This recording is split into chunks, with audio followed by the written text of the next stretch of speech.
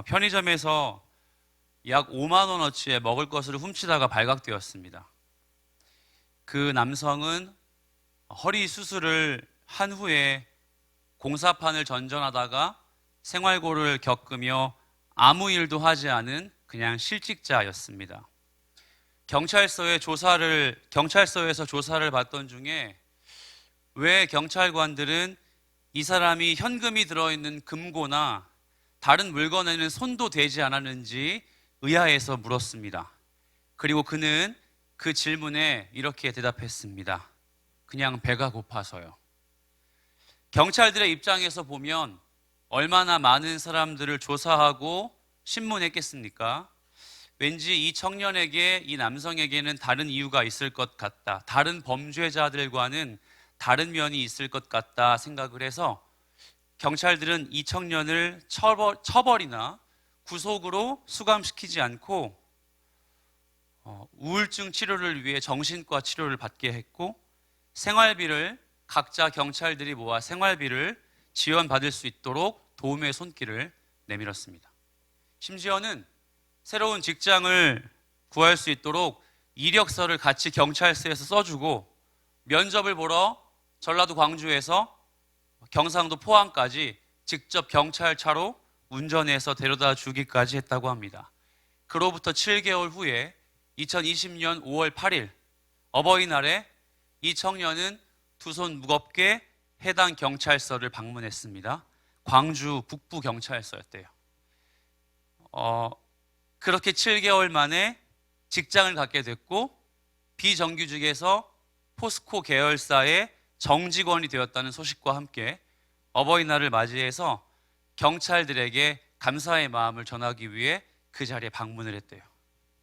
자기의 죄를 꾸짖기보다는 새로운 삶을 시작해 줄 수 있도록 도와준 그 경찰관들을 잊지 않고 어버이날을 맞이해서 그렇게 왔다고 합니다. 그렇습니다. 이런 인생 선배들의 도움으로 인해 한 남성이 인생이 바뀌었습니다.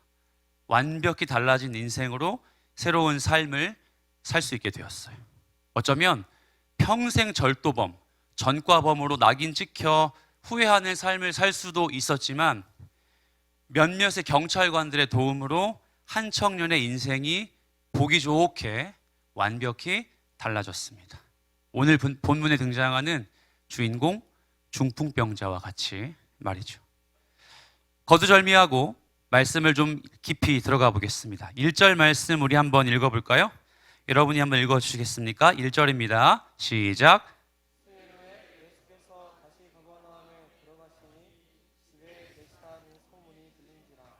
아멘. 예수님이 가버나움에 들어가셨어요. 가버나움이 어떤 동네냐면 이 가버나움은 아주 상징적인 도시, 성읍입니다. 유대인들의 생활고, 유대인들의 좀 어두운 자화상이 고스란히 들어가 있는 도시입니다. 갈릴리 지역에 있고요. 항구 도시이고 세관도 있어요. 그리고 유난히 가난하고 이방의 로마 사람들에게 억압을 받았던 사람들이 정착해서 이루는 도시였습니다. 여러분, 이런 도시라면 풍족했을까요? 상대적으로 잘 살았을까요? 아니면 굶주렸을까요? 어두웠을까요? 매번 광야와 같은 인생길 겪으며 고단함 가지고 살고 있을까요? 전자일까요? 후자일까요? 후자겠죠. 그런 자화상을 갖고 있는 사람들에게 예수님이 가버나움에 오셨다는 소식이 들리니 어떻게 반응하는지 아세요? 연이어 기적을 행하고 아픈 자를 고치고 귀신 들린 자를 쫓아내신 예수님이 가버나움에 다시 오셨다니까 사람들이 엄청나게 몰려들었습니다. 그 예수님을 보기 위해. 사랑하는 여러분, 여러분이 만약 그 가버나움의 한 주민이라면 어떤 마음으로 예수님을 향해 몰려들었을까요? 이런 거 아닐까요? 내 문제도, 내 아픔도, 내 건강의 문제도, 내 돈의 문제도, 내 관계의 문제, 예수님을 보기만 하면, 예수님이 만져주시면, 혹은 예수님이 이렇게 해라 말씀만 해주시면 그 문제 다 어떻게 될 것 같은, 해결될 것 같은 기대감을 가지고 오지 않았을까요? 그런데 예수님은요, 그렇게 몰려든 사람들에게 이렇게 말씀하셨습니다. 2절 말씀을 제가 한번 읽어볼게요. 많은 사람이 모여서 문 앞까지도 들어설 자리가 없게 되었는데 예수께서 그들에게 돌을 말씀하시더니. 무엇을 말씀하셨다고요? 돌을 말씀하시더니. 여러분 오해하지 마십시오. 홈플러스 앞에나 여기 가서 돌을 아십니까? 라고 하는 그 도처럼 보이지만 여기에서의 돌을 바꿔 말하면 여러분이 충분히 들어봄직한 단어입니다. 그 단어가 뭐냐면 로고스예요. 로고스란 단어가 어디 나오냐면요, 요한복음 1장 1절에 나와요. 태초에 말씀이 계시니 이 말씀이 곧 하나님과 함께 하셨고 이 말씀은 곧 하나님이다. 그래서 이 로고스란 단어가 말씀이라는 거예요. 그러면 어려운 단어로 돌을 가르치셨다라고 할 수 있지만 예수님은 자기 욕심, 자기 삶의 변화, 자기 어려움을 가지고 나온 사람들에게 무엇을 말씀하셨냐면, 그래 네 문제 내가 해결해 줄게를 말씀하시지 않고 하나님의 말씀을, 복음을, 그리고 그 로고스는 말씀이지만 궁극적으로 두 번째 어떤 의미인지 아세요? 예수님이에요. 그러니까 돌을 가르치셨다. 예수님 자기 자신을 가르치시는 거예요. 삶의 문제 어떻게 하면 해결될지를 가르치지 않으시고요, 이렇게 하면 건강해질 수 있어 능력을 베푸시지 않고요, 예수님은 그 욕심 가운데 혹은 내 삶의 문제가 바뀌었으면 좋겠다 생각하는 사람들에게 돌을, 그러니까 복음을, 예수 그리스도 하나님 나라의 복음만을 증거하셨습니다. 그런데 어쩌면 욕심, 이기심, 내 삶의 문제만을 가지고 온 사람들 사이에 한 사람이 유독 눈에 띕니다. 그 사람의 정체성은 중풍병자라고 합니다.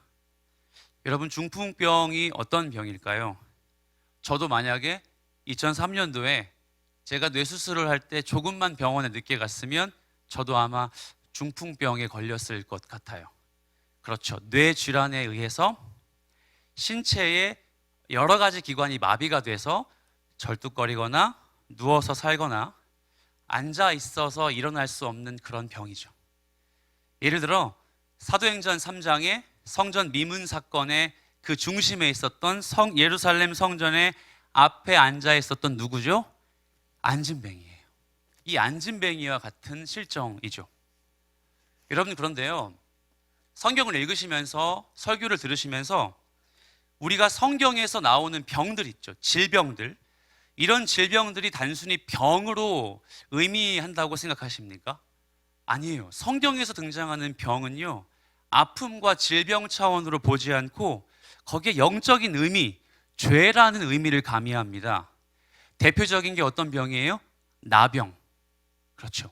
나병 환자가 아프다고 표현하기보다는 부정하다라고 표현하죠.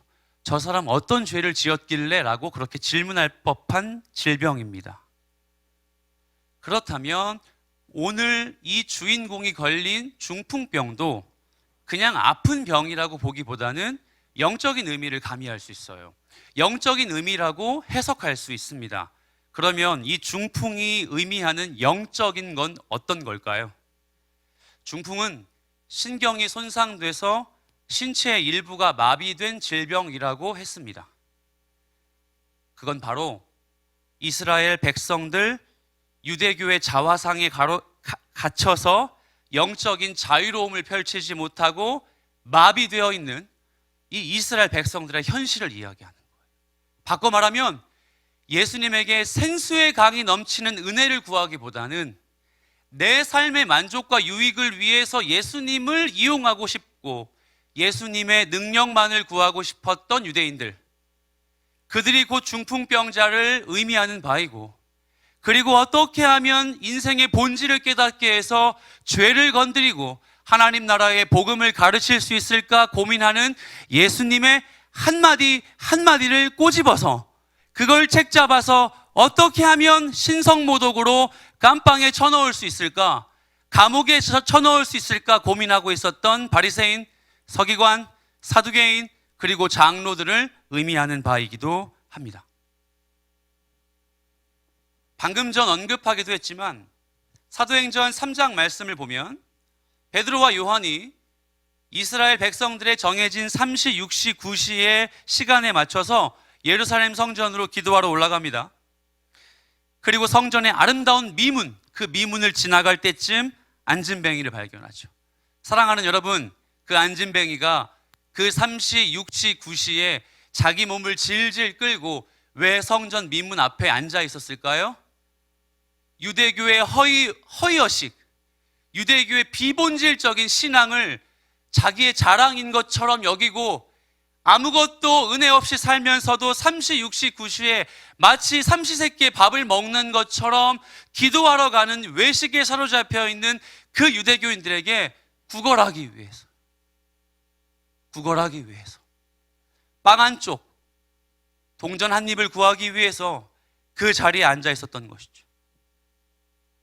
율법의 기준에 맞춰서 성전으로 3번 기도하러 가는 그 무리들에게 이 안진뱅이는 신경이 마음이 된 그 이스라엘의 한 백성은 거기서 떨어지는 동전 한 입과 빵 한 조각을 구하기 위해서 그곳에 앉아 있었던 것이죠.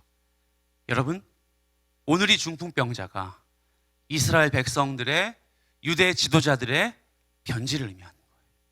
이스라엘 백성들의 마비된 그들의 종교의식을 꼬집고 있다는 사실입니다. 이 점을 기억하고 본문으로 다시 한번 돌아가 볼까요?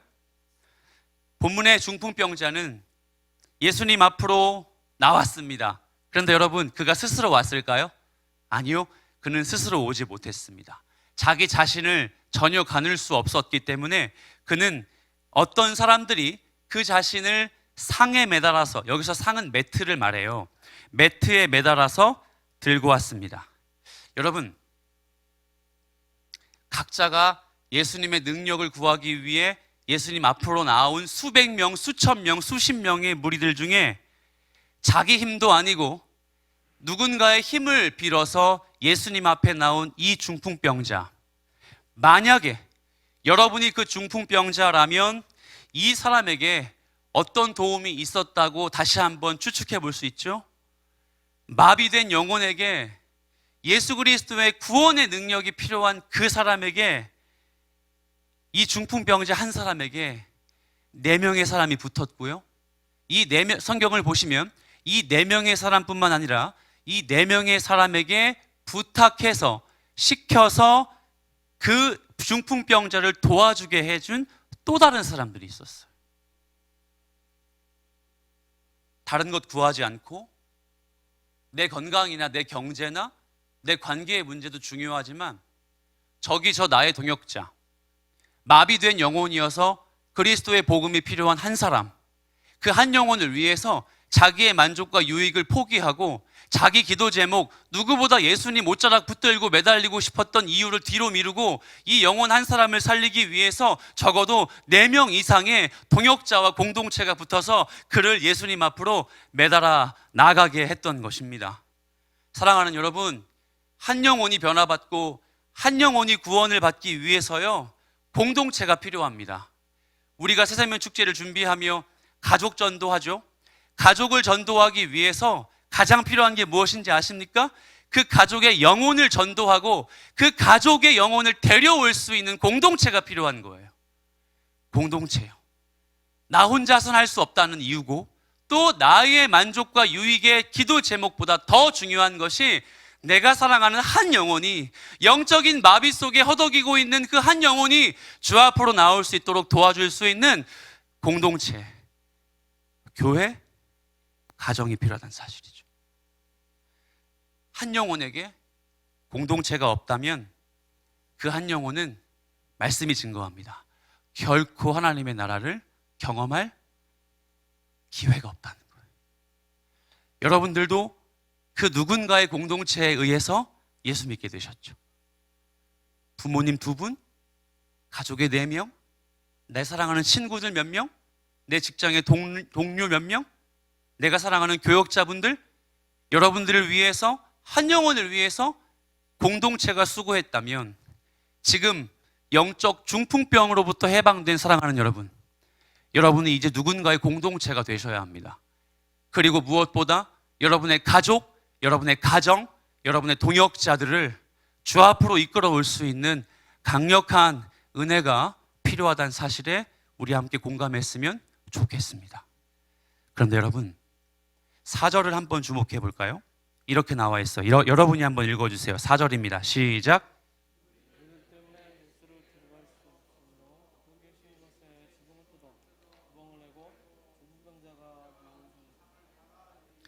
아멘. 하지만 중풍병자는 예수님으로 더 가까이 나아갈 수는 없었습니다. 성경이 그 이유를 무엇 때문이라고 증거하죠? 무리들 때문에라고 증거합니다. 무리들이 어땠길래 중풍병자가 예수님께 더 가까이 나아갈 수 없었던 걸까요? 우리는 때때로 우리 때문에, 나 때문에 어떤 영혼에게 복음이 전해지지 못하는 상황을 경험합니다. 그리스도의 복음이 필요한 자들에게 우리가 보이는 이기심, 우리가 갖고 있는 연약함, 나약함 때문에, 혹은 그리스도의 복음을 아주 편협하게 바라보는, 아주 그리스도의 복음을 세상적으로 믿는 나 한 사람의 믿음 없음 때문에, 여러분, 오늘 말씀처럼 그 무리들 때문에 한 영혼이 예수님께로 오는 걸 가로막는다는 사실이에요. 예수님의 능력과 명성을 쫓기 위해 내가 나아왔을 뿐인데, 나는 그 예수님이 필요했을 뿐인데, 세상에 나 때문에 영적 마비에 걸린 영혼이요, 예수님을 경험할 수 없게 된단 말입니다. 그들 때문에 이 영혼이 예수님께로 나아갈 수가 없었어요. 사랑하는 여러분, 우리는 이 4절의 메시지 앞에 우리 자신을 진지하게 돌이킬 수 있어야만 합니다. 우리 때문에 복음이 방해된다면, 우리의 부족함 때문에 영혼이 되살아날 기회가 박탈된다면, 오카는 목사님이 말씀하셨죠. 예수님께서 얼마나 손해를 보셨겠는가. 나의 무익함 때문에, 나의 욕심 때문에, 나의 자만 때문에, 그리고 맨날 오르락 내리락 하는 이 신앙심 때문에 한 영혼이 돌아오지 못한다면, 여러분 꼭 기억하십시오. 나 때문에 예수님이 얼마나 손해를 보셨겠는가. 여러분 기억하십시오. 오늘 말씀은요, 한번 샅샅이 뒤져보십시오. 마가복음 2장은요, 왜 이 사람이 중풍병에 걸렸는지 이야기하지 않아요. 어떤 연고로, 어떤 이유에서 이 영적인 마비 상태에 빠졌는지 단 한 단어로도 이 증거를 이야기하지 않고 있다는 사실입니다. 왜 그런지 아십니까? 그가 중풍병에 걸린 이유는 중요하지 않다는 것이에요. 죄를 지었는지, 무슨 치명적인 약점이 잡혔는지, 혹은 아버지가 죄를 지어서 아들이 중풍병에 걸리는 유대인의 전통 때문인지, 성경 어디에도 그 사람이 왜 중풍병에 걸렸는지는 이야기하지 않고 있어요. 단지 그것 하나만 이야기합니다. 그는 영적 불구자다. 그는 사람의 도움이 필요하다. 그리고 그는 공동체의 전도가, 은혜가 필요하다. 몸의 제 기능을 잃어버려서 반드시 누군가가 그를 들어 예수님 앞으로 데려와야 한다. 여러분, 그래서 우린 느낍니다. 많은 사람들이 아무리 전도해도 우리 아버지가 우리 어머니에게, 내 사랑하는 아들, 딸에게 교회 가자, 복음 좀 믿자 라고 해도 이 중풍병자의 경우와 같이 적극적이지 않죠. 능동적이지 않습니다. 그렇게 예수 앞에, 아니 여기가 뭐라고, 여기 한번 나와서 이 의자에 앉는 거 뭐라고, 그거 한번 나오기가 참 어렵습니다. 예수님의 사랑과 은혜가 필요하다고 입을 벌려 고백하라고 하는 거, 그거 참 힘듭니다. 왜 그럴까요? 왜 그렇게 어려울까요? 그것은 바로 사람들 누구나 그 자신의 약점과 치부, 나의 영적인 마비 상태, 내가 중풍병자란 사실을 도저히 인정하고 싶지 않아서이에요. 내가 마비에 걸려서 예수의 복음만이 내 인생에 본질적으로 필요하다는 사실을 절대 인정하고 싶지 않기 때문입니다. 하지만 그 중풍병자에게는 공동체가 있었습니다. 그를 반드시 이끌어야 할 4명의 동역자가 있었고, 그 4명을 시켜 파송해 이 중풍병자를 예수 앞에 데려와야 할 더 뒤에 큰 무리의 공동체가 있었습니다. 한 영혼에게 집중하는 공동체, 한 영혼에게 집중하는 선한 마음이 그들에게 있었습니다. 그래서 극단적인 방법을 선택했죠. 여러분 말씀을 읽으셔서 아시겠지만 어떻게 했죠? 4절을 한 번 더 읽어볼까요? 자, 4절 한 번 더 시작. 무리들 때문에 예수께 데려갈 수 없으므로 그 계신 곳에 지붕을 뜯어 구멍을 내고 중풍병자가 누운 상을 달아내리니. 아멘. 사실 이 점은 우리가 살고 있는 지배 이해도로 이해하면 안 됩니다. 왜냐하면 팔레스타인이 아닌 유대 땅의 이 지배 구조는 우리가 생각하는 거와 많이 달랐어요. 시각적으로 제가 한번 설명을 드려볼까요?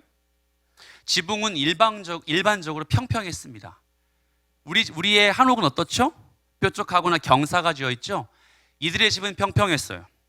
그리고 나무로 된 들보에 지푸라기를 덮고 그 위에 진흙을 아주 빡빡하게 그 공간을 채워 넣어서 단단하게 굳게 만들었던 거예요. 그러니까 성인이 올라가도 절대 무너지지 않아요.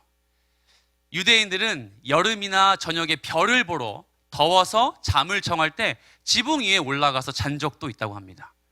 그런데 지붕이 높이 있다 보니까 가옥마다 어떤 전통이 있냐면 사다리를 만들어요. 사다리를 만들어서 거기에 타고 올라갔다는 것이죠. 그렇다면 한 사람의 청년이 누워서 그곳에 내려오려면 생각해 보십시오. 예수님은 거기서 설교, 그러니까 복음, 도를 전하고 계시고 저쪽에서는 시끄러운 소리가 계속 일어날 법합니다. 그런데 어떤 학자는 이렇게 이야기하더라고요. 이미 예수님이 그곳에 도달할 것을 알고 사람들은 그 지붕을 뚫어내는 작업을 많은 할당량을 마친 상태였다. 그래서 그를 데리고 사다리로 올라가 지푸라기만 걷어내고 예수님의 앞에 이 청년을 네 사람이 상을 매달아 내린 것이다.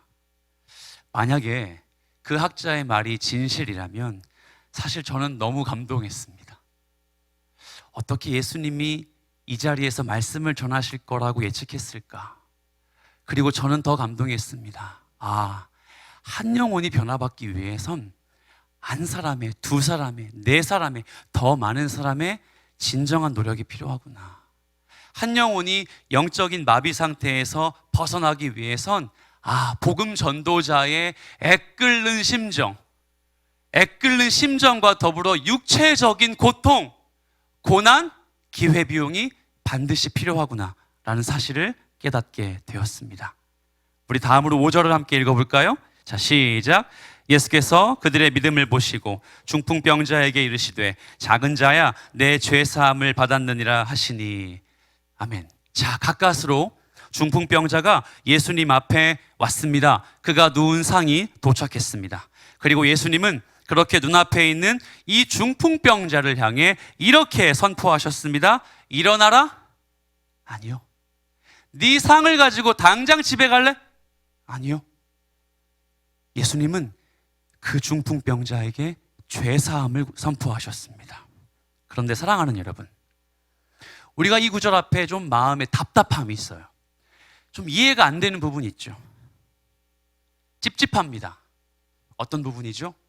예수님께서 그 사람들의 무엇을 보시고? 믿음을 보시고, 혹자는 이 말씀이 너무 기회가 돼서 아무개야 너 교회 가야지. 나는 괜찮아. 우리 엄마가 나 위해 기도하거든. 나도 구원받을 거야. 누구야? 너도 교회 가야지. 괜찮아. 우리 아들이 항상 날 위해 기도하거든. 나도 그래서 천국 갈 수 있어. 예수님 마치 이런 표현을 하신 걸까요? 중풍병자의 구원이, 그의 구원이, 한 사람의 구원이 진짜 이 네 사람의 믿음 때문에 구원을 받았을까요? 그러면 좀 우리가 받은 구원이 억울하죠. 아무리 값없이 받았다고 하지만 내 구원이 다른 사람의 믿음 때문이라 하면 참 억울합니다. 여기에 보시면 예수께서 그들의 믿음을 보시고 라는 단어가 중요합니다. 이 단어가 헬라어 에이돈입니다. 헬라어 단어가 어렵지만 의미를 설명해 드릴게요. 제가 시청각으로 저기 있는 모니터를 본다는 뜻은 에이돈이 아니에요. 그게 아니라 여기서 말하는 에이돈은 거칠의 겉모습이 아닌 내면의 의도를 헤아린다. 어떻다? 내면의 의도를 헤아린다. 그렇다면 예수님이 중풍병자의 구원을 선포하신 건요, 이들의 믿음을 보신 게 아니라요, 이들의 공감을 보시는 거예요. 그 영혼이 예수 앞에로 나오게끔 고생하고 마음의 어려움을, 즉 그 영적인 마비에 공감하는 중보자들, 복음 전도자들의 마음을 보셨다는 겁니다. 우리는 알고 있죠. 구원은 오로지 하나님의 주권에 달려 있습니다. 나의 구원은 오직 하나님만이 판단하실 문제입니다. 하나님만이 나의 구원을 선포하실 수 있는 유일한 분입니다. 여러분 믿으시죠? 아멘. 예수님은 그걸 건드리시는 것이 아니에요. 이 한 사람을 예수님 앞으로 나아오기까지 절박하게 기도하고 애끓는 마음으로 섬겼던 그들의 중보자들, 그들의 공동체 복음 전도자들, 그것을 이야기하는 거예요. 말씀을 다시 한번 정리해 볼까요? 결국 이 중풍병자는 죄 사함을 받았습니다. 구원을 받았어요. 그리고 그 영혼이 구원을 받기 위해서는요, 그 영혼에게 절절한, 또 그 영혼에게 애절한 마음을 갖는 공동체와 인도자가 있었습니다. 주님 앞으로 나올 수 있도록 돕는 4명의 사람들, 그 4명의 사람과 함께 동역했던 더 많은 무리들, 그리고 또 한 가지, 끝으로 예수님이 주시는 죄사함, 구원의 기쁨에 대해서 우리 한번 생각해 볼까요? 중풍병자를 향해 예수님은 꼭 하셔야 될 말씀은 안 하시고, 중풍병자에게 진짜 필요한 이야기 좀 직설적으로 해주시면 좋겠는데 그거 하지 않으시고 뭐부터 하셨죠? 작은 자야, 네 죄가 사함받았어. 그런데 여러분, 너무나 감격적인 건 어떤 건지 아세요? 죄 사함뿐만 아니라 예수님은 이렇게 그 중풍병자를 칭찬하시죠. 11절, 내가 내게 이르노니 일어나 내 상을 가지고 집으로 가라. 아멘. 구원의 문제는, 복음을 듣고 죄사함을 받은 문제는 반드시 그 사람의 인격과 그 사람의 삶에 필요한 문제의 변화를 수반합니다.